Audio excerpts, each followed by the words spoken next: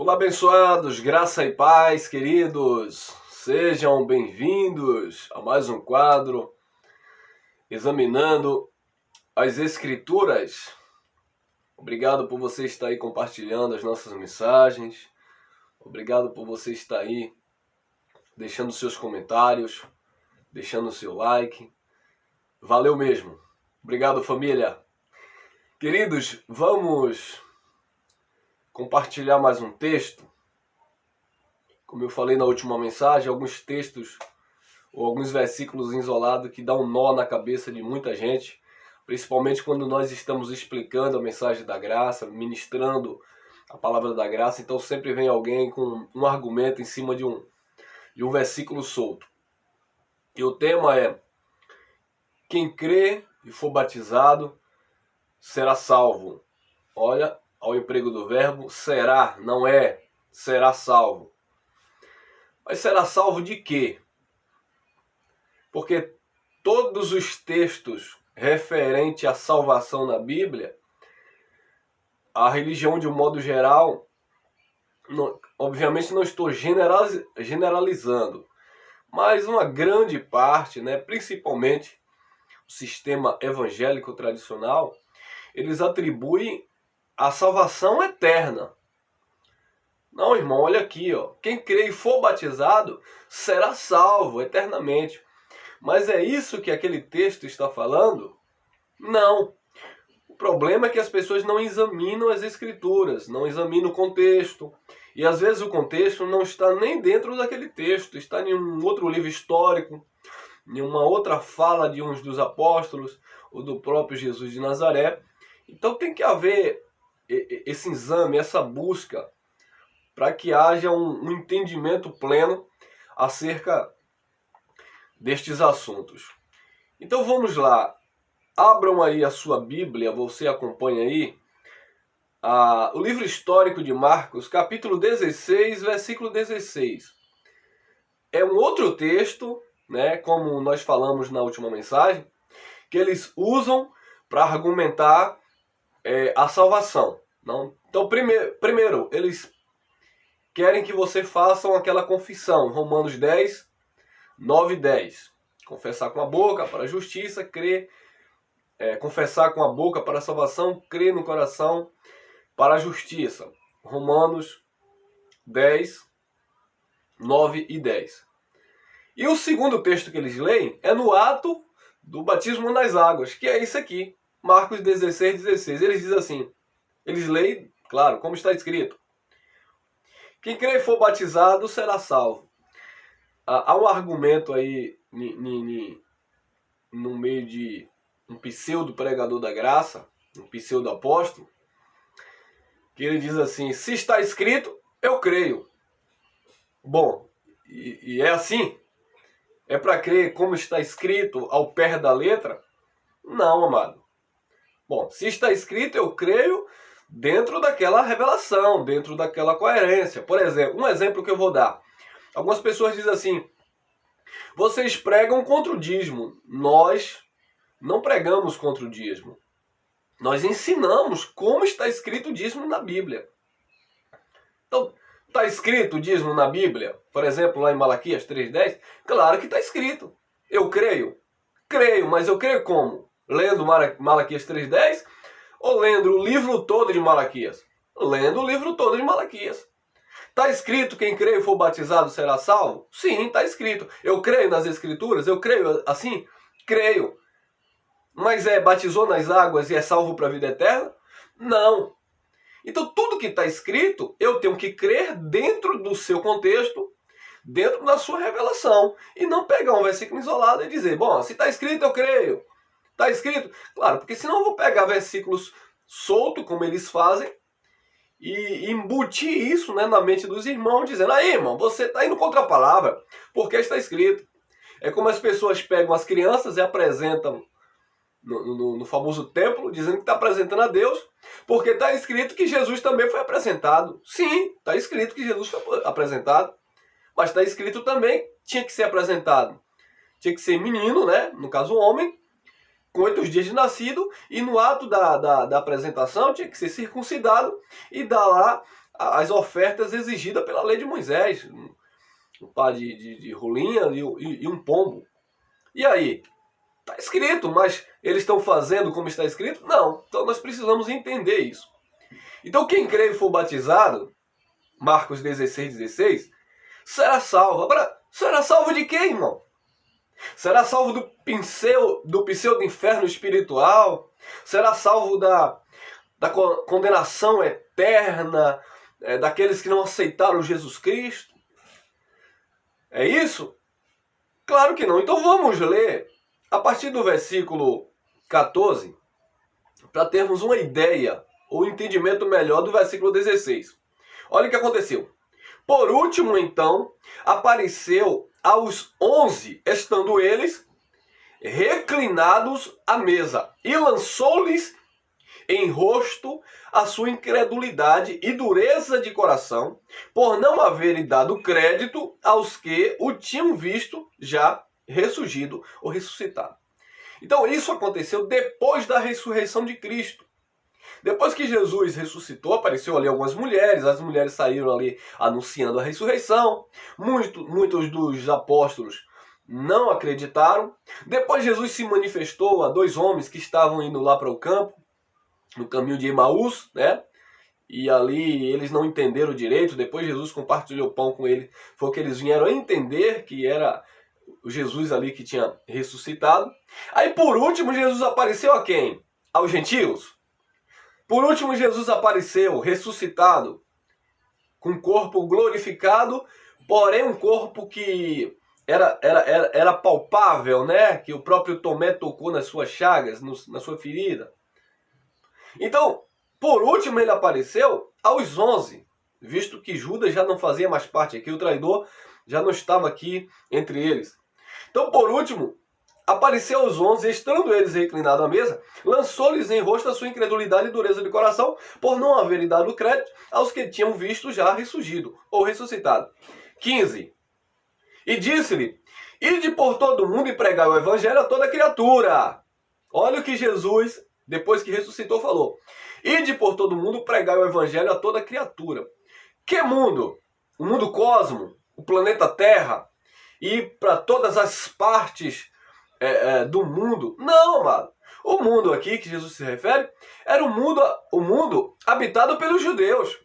Tanto é que a carta de Tiago, no capítulo 1, no versículo 1, diz: Tiago, servo do Senhor Jesus Cristo, apóstolo do Senhor, enviado às tribos dispersas, ou os irmãos judeus que estavam na dispensação, estavam dispersos, não estavam ali aglomerados, não viram ali aqueles fatos, aqueles acontecimentos ali pós-Calvário.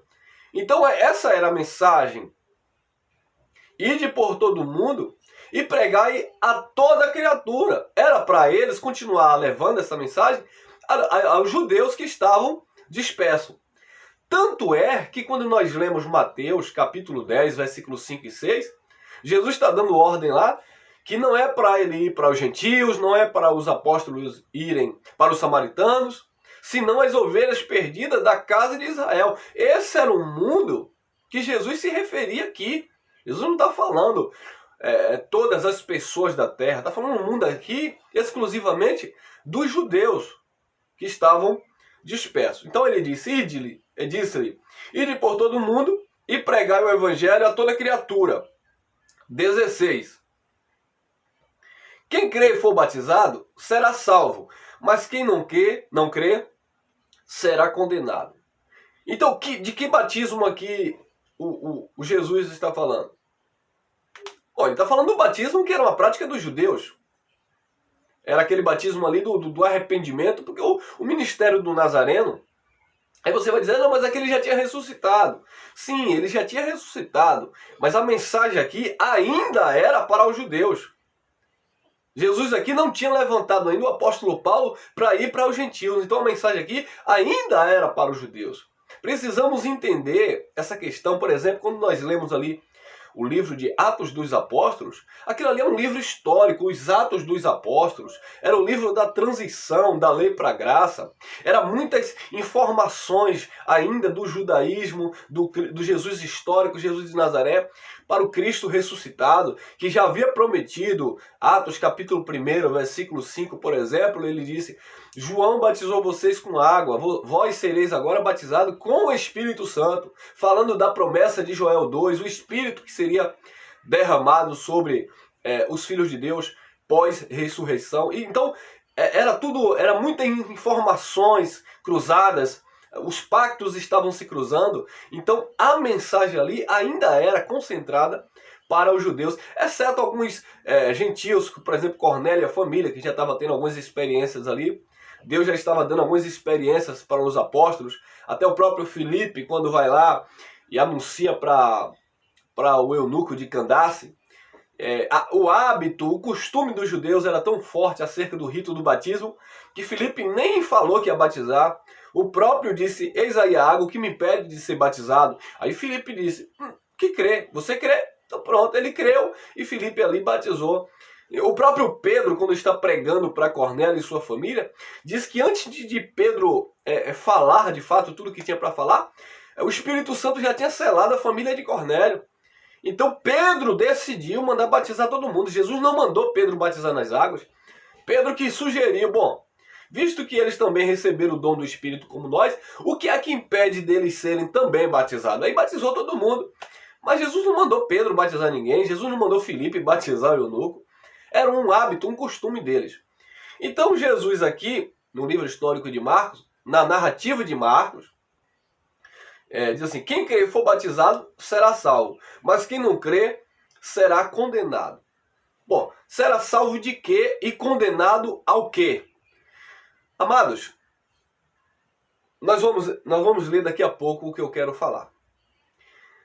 Quando Jesus de Nazaré estava anunciando a sua mensagem, a mensagem pré-reino, né, porque o reino estava próximo, o reino está vindo, o reino está chegando, Jesus estava advertindo os judeus que os judeus iriam passar por um juízo, por uma grande tribulação, uma sentença de Deus. E os escolhidos de Deus, que iriam passar por aquilo, eles iriam vencer. Tanto é que Jesus fala lá em Mateus 24, que se possível enganaria até os escolhidos, mas os escolhidos não foram enganados. Jesus estava ali advertindo que haveria um juízo sobre os judeus.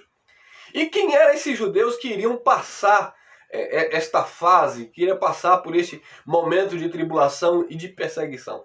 Aqueles que estavam crendo e sendo batizados, que era a mensagem lá do Nazareno e dos apóstolos lá em Israel. Então ele diz: quem crer e for batizado será salvo. Salvo de quê? Dessa grande tribulação, desse juízo que haveria de vir sobre os judeus, que aconteceu no ano 70, com a queda do templo, invasão de Jerusalém, incêndio na cidade, destruiu tudo. Destruiu não apenas o templo, mas historicamente Israel sumiu, desapareceu do mapa.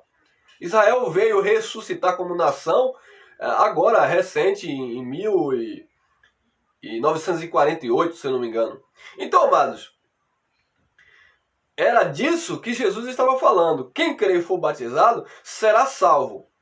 Quem não crê nessa mensagem que os apóstolos estavam pregando, que Jesus estava anunciando, seria condenado àquele juízo, àquela destruição que de fato aconteceu. E por que o batismo nas águas aqui era esse sinônimo de salvação, livramento? Porque salvação aqui é livramento daquele evento, né, que iria acontecer. Porque esta era a forma, né, que João Batista veio anunciando, daqueles que estariam seguindo a mensagem do Nazareno. João Batista: eu batizo com água para o arrependimento. Então as pessoas, os judeus, se batizavam e estavam ali dizendo: nós estamos agora guardados, nós estamos nessa expectativa, nós estamos no Messias. Esse era o entendimento daquele povo. Jesus diz em Mateus, por exemplo, 11:28, vinde a mim, vós que estáis cansado, oprimido, sobrecarregado, o fardo do judaísmo, sabe?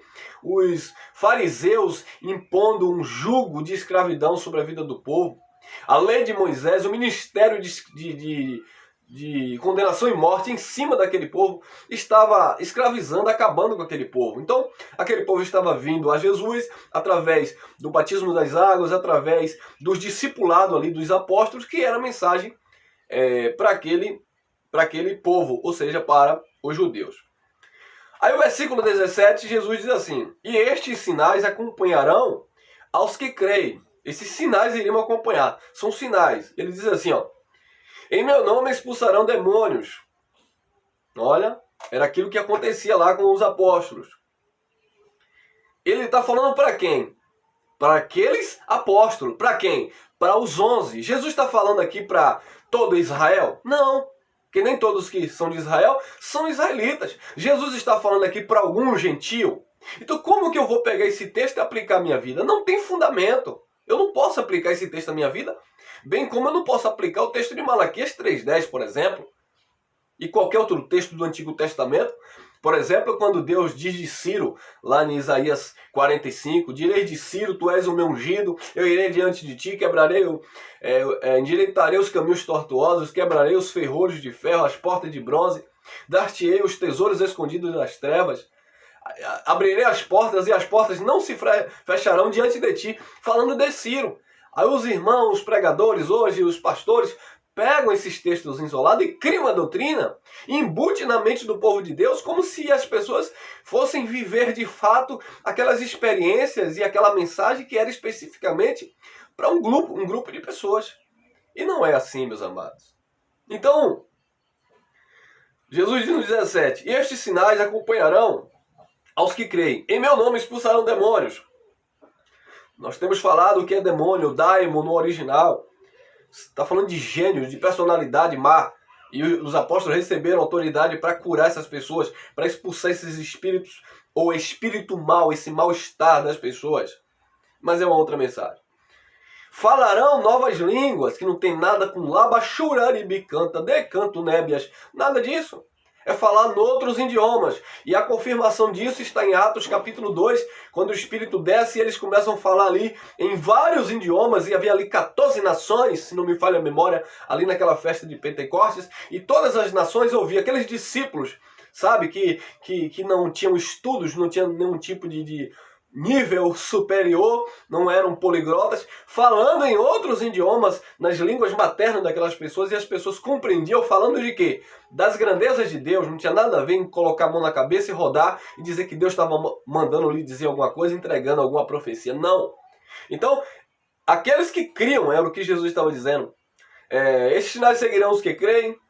Em meu nome expulsarão demônio e falarão novas línguas, que era os idiomas falados lá em Atos dos Apóstolos, bem como lá em 1 Coríntios, que ao tirar do contexto dá outro sentido também. 18. Pegarão em serpentes e se beber alguma coisa mortífera não lhe fará dano algum. E agora? Então se você crê no versículo 16 e 17, por que você não crê no 18? É para você, religioso. Receba na lata. Ah, porque quem crer e for batizado será salvo, então eu tenho que batizar. Ok, batiza. E eu falo em outras línguas, porque esses sinais seguirão os que creem. Eu expulso o demônio, porque Jesus disse que eu iria expulsar. Você faz isso?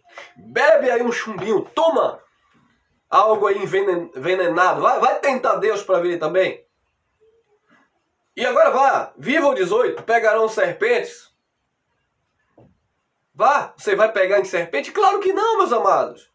Por quê? Porque esse texto não se aplica à igreja como doutrina, era para aquele povo em especial aqui, para os 11 apóstolos que Jesus se manifestou depois da sua ressurreição. Não tem nada a ver como doutrina para a igreja.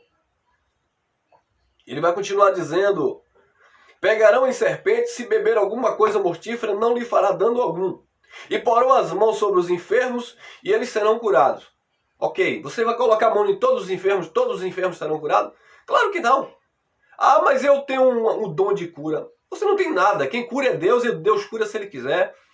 Nós não temos nada. Tudo é dele, porque dele, por ele e para ele são todas as coisas.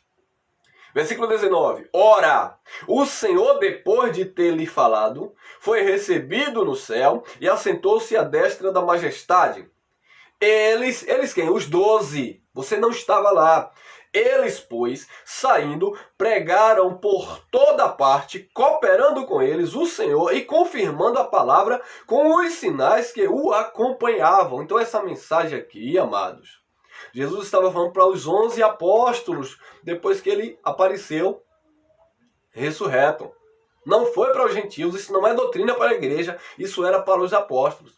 E o batismo aqui, quem crê e for batizado será salvo, era salvo daquele juízo que haveria de vir sobre os judeus. E quem não cria já estava condenado àquele juízo que aconteceu no ano 70. Isso é fato, está na história.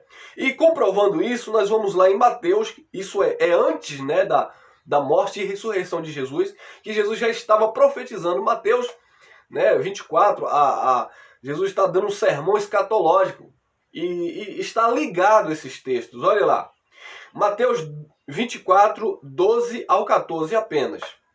E por se multiplicar a iniquidade, o amor de muitos se esfriará. 13, Mateus 24, 13. Mas quem perseverar até o fim, esse será salvo. Perseverar até o fim de quê? Perseverar até o fim daquela tribulação que havia de vir. Ficar firme dentro daquele contexto, daqueles acontecimentos que estava por vir, dentro daquela geração que Jesus disse: não passará esta geração sem que tudo isto aconteça. Passará os céus e a terra, mas a minha palavra não há de passar. Aqueles elementos iriam se desfazer. O pacto, a lei de Moisés iria de fato ter fim com a vinda, a manifestação do Filho do Homem sobre as nuvens, que foi em forma de juízo, não era no sentido literal. Então Jesus disse: aquele que perseverar até o fim será salvo. Não tem a ver com salvação eterna, que é totalmente pela graça e nos foi otorgada antes dos tempos eternos. Espiritualmente, todos os filhos de Deus já nasceram salvos. Ninguém se salva eternamente depois que está em um corpo de carne. Ele já veio pronto, ele já veio, se ele é de Deus, ele já veio com a divina semente do Espírito, ele é salvo. Se ele não é de Deus, ele nasceu biologicamente, tem um corpo, né? São apenas alma vivente, herança de Adão. Cumpre o propósito que Deus estabeleceu, depois morre o pó, o corpo vai voltar para o pó. Aquele que é de Deus, o corpo volta para o pó e o espírito volta para a eternidade, porque ele veio da eternidade antes da fundação do cosmos. Desde a criação do mundo, ele já estava em Deus. Então a salvação eterna não se dá na carne. A salvação eterna já se deu no nosso espírito. A salvação aqui, nesses dois contextos que nós estamos lendo, tem a ver com o livramento da grande tribulação e do juízo de Deus que haveria de vir sobre os judeus. Mas quem perseverar até o fim será salvo. Mateus 24, 13. Olha o 14. E este evangelho do reino será pregado no mundo inteiro, em testemunha a todas as nações. Então não é no mundo inteiro falando de todo mundo habitado. É no mundo inteiro aqui, está falando dos judeus que estavam dispersos. Em testemunho que em todas as nações. O evangelho seria pregado no mundo inteiro e as nações iriam receber esse testemunho, como nós temos recebido, que isso de fato aconteceu. Paulo disse lá na carta aos Colossenses que o evangelho foi pregado por ele no mundo inteiro. Que o mundo daquela época habitado, Paulo foi o único que foi levar esta palavra.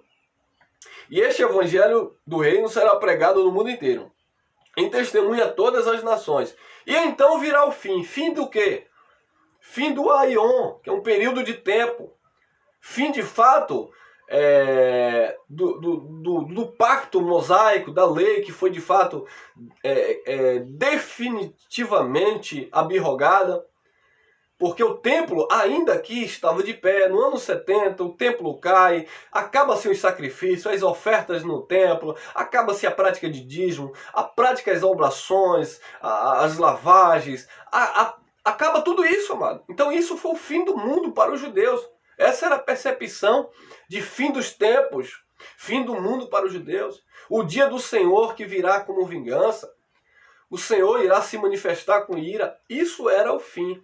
Então aqueles que foram batizados, aqueles que creram, eles foram salvos daquela situação que ocorreu lá naquele período. Alguém pode dizer: irmão, então há um equívoco aí, porque a maioria dos apóstolos, aliás, exceto João, que ficou na ilha de Pátimo, todos morreram antes do ano 70. Meus amados, eles cumpriram o propósito dele, o tempo pré-estabelecido por Deus. O próprio Paulo, ele achava que iria estar vivo.